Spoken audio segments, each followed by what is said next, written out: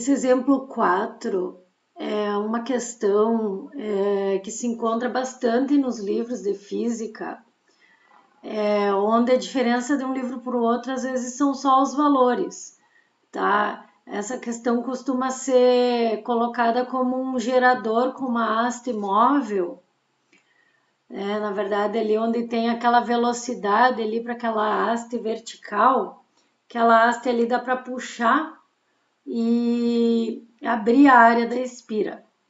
Então, é uma maneira de induzir, né, uma corrente, uma força eletromotriz, variando a área, né, por onde passa o campo magnético.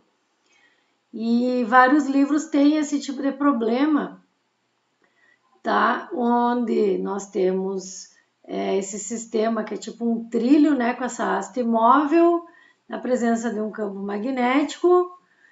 E aí a gente quer calcular várias grandezas relacionadas à indução ali.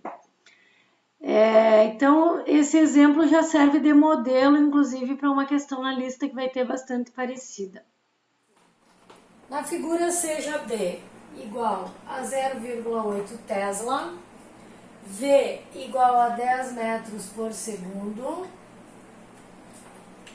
L 20 centímetros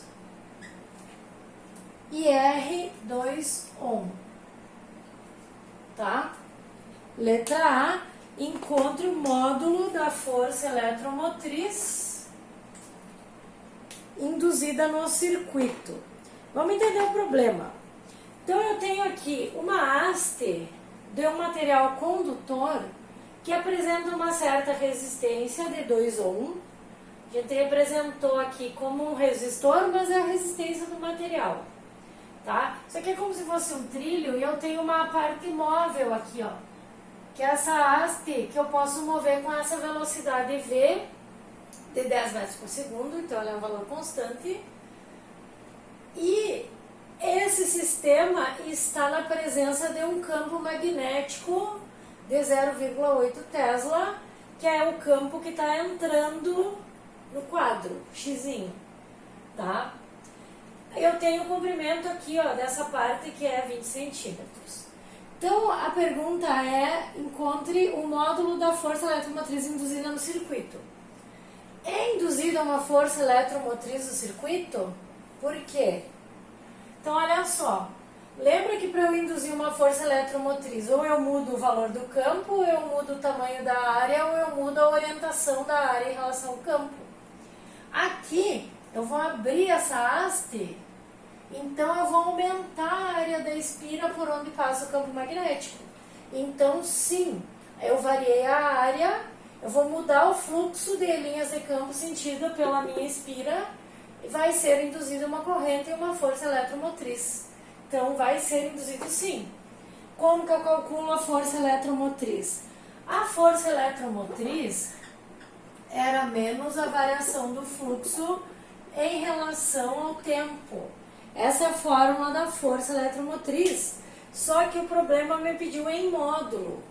Então, em módulo, eu posso fazer sem um sinal aqui, ó.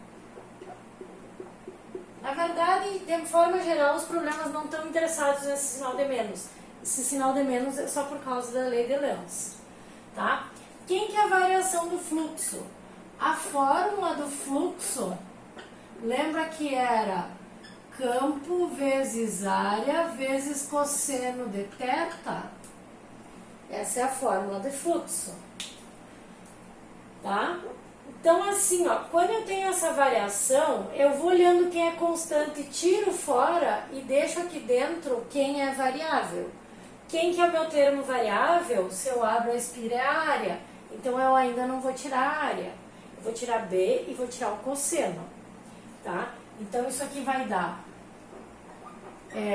B cosseno e variação da área, tá? O ângulo, quanto que é o ângulo? Quanto que é o ângulo θ aqui, ó? Esse ângulo é entre o vetor área e o campo magnético.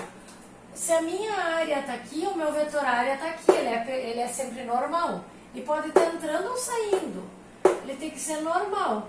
Como o meu campo está entrando no quadro, eu vou deixar o vetor área entrando no quadro, e aí o ângulo é 0. Eles andam juntos. Então isso aqui na verdade é 1. Então isso aqui é B, variação da área no tempo. Quem que é a área do retângulo? A área do retângulo é a base vezes a altura. Essa base é um valor variável x aqui, ó, que vai aumentar, né? E L é um tamanho fixo. Então, ó, L eu posso tirar para fora porque é constante e o x é um valor variável. Então, a FEM aqui vai ser B vezes L delta x delta t. Tem o valor do campo, tem o valor do comprimento, delta x delta t eu não tenho, mas eu sei que isso em física 1 é a definição de velocidade. Variação da posição do tempo é a velocidade. Então isso aqui é BLV. Posso calcular agora porque eu tenho a velocidade. É 0,802 passando para metro e a velocidade é 10. Então, esse cálculo aqui vai dar 1,6 volts. Isso é a letra A. Tá? Letra B, vou colocar aqui no cantinho, tô sem espaço. Qual que é a corrente no circuito? Cálculo de corrente. Lembra que eu tenho uma relação aqui, ó, da força eletromotriz com a resistência, que nem aquela lei de Ohm lá que tem V igual a RI, Epsilon RI. A corrente sempre sai daqui. Y é Epsilon sobre R, I é Epsilon sobre R. Cuidado, porque se tu erra aqui, tu já erra aqui. E outra, mesmo que eu não pedisse em módulo, esse sinal de menos não entra nessa conta, porque não existe corrente negativa. Tá? Então, Epsilon sobre R, Epsilon era 1,6 e a resistência 2, 1,6 dividido por 2 é 0,8 ampere. Tá? Isso era a letra B. Letra C. O que pede a letra C? A força necessária para mover a barra com velocidade constante, assumindo o atrito desprezível. Força necessária é a força magnética. Eu vou fazer uma força que vai vencer a força magnética. Concordam comigo? Porque se é induzida uma força eletromotriz e é induzida uma corrente, vai passar uma corrente na presença de um campo e vai atuar uma força. Vamos entender o sentido dessas grandezas. Para onde será que apontaria a corrente aqui no meu circuito? Lei de Lenz. Se a minha espira está abrindo, eu estou aumentando as linhas de campo entrando no quadro, o meu campo induzido ia querer sair do quadro. Né? Isso aqui está aumentando com as linhas entrando. A lei de Lenz me diz que o meu campo induzido vai então compensar essa variação apontando no sentido contrário. Qual corrente faz um campo induzido aqui dentro estar saindo? Ó, se essa corrente for assim, ó, lá ela sobe, lá ela entra, aqui ela sai, ó. Então tem que ser uma corrente nesse sentido aqui, ó. Né? Então nesse trecho aqui, ó, que passa essa corrente para cima, olha para onde que aponta a força magnética. Lembram que a fórmula de força, eu vou botar de outra cor aqui, ó, era ILB seno θ, né? Eu vou da corrente para o campo, né? Do comprimento para o campo e acho o sentido da força, ó. Corrente, campo. A força magnética está querendo fechar a minha espira. Então eu tenho que fazer uma força exatamente igual, só que para o outro lado para tentar abrir com essa velocidade constante. Tem que ser força resultante igual a zero para não ter aceleração. Então eu vou fazer o mesmo valor de força, só que para o outro lado. Tá? E LB seno θ. Quanto que é o seno de θ? Θ é o ângulo entre a corrente e o campo, ó, que é 90 graus. Então isso aqui, ó, seno de 90 é 1, não entra no cálculo. Então eu fiquei com ILB. A corrente, eu calculei aqui, 0,8.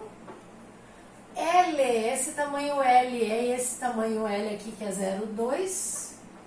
E o campo é 0,8. Então o valor dessa força que eu calculei em laranja, ali no cantinho, 0,128 Newton. Tá? Letra D, a potência de entrada devido à força que eu calculei na letra C, tá? A potência de entrada, eu posso usar a fórmula de potência de entrada, eu posso usar a fórmula de potência de fonte. A entrada vem da fonte, que a fórmula era I, epsilon, VI, epsilon I e epsilon, tá? A corrente é 0,8 e o epsilon 0,128. Então essa potência aqui vai dar 1,28 watts. Essa é a entrada.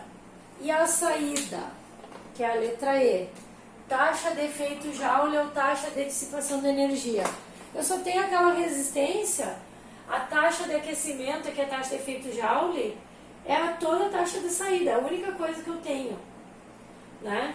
Então a potência do resistor, porque a taxa de efeito Joule é E ao quadrado R, a corrente é 0,8 ao quadrado e a resistência 2 ohm. Se fizer esse cálculo, isso aqui dá 1,28 watts. Lembra da conservação da energia? Tudo que é fornecido é tudo que é dissipado no meu circuito, tá? Então não podia ser diferente a entrada e saída do meu circuito.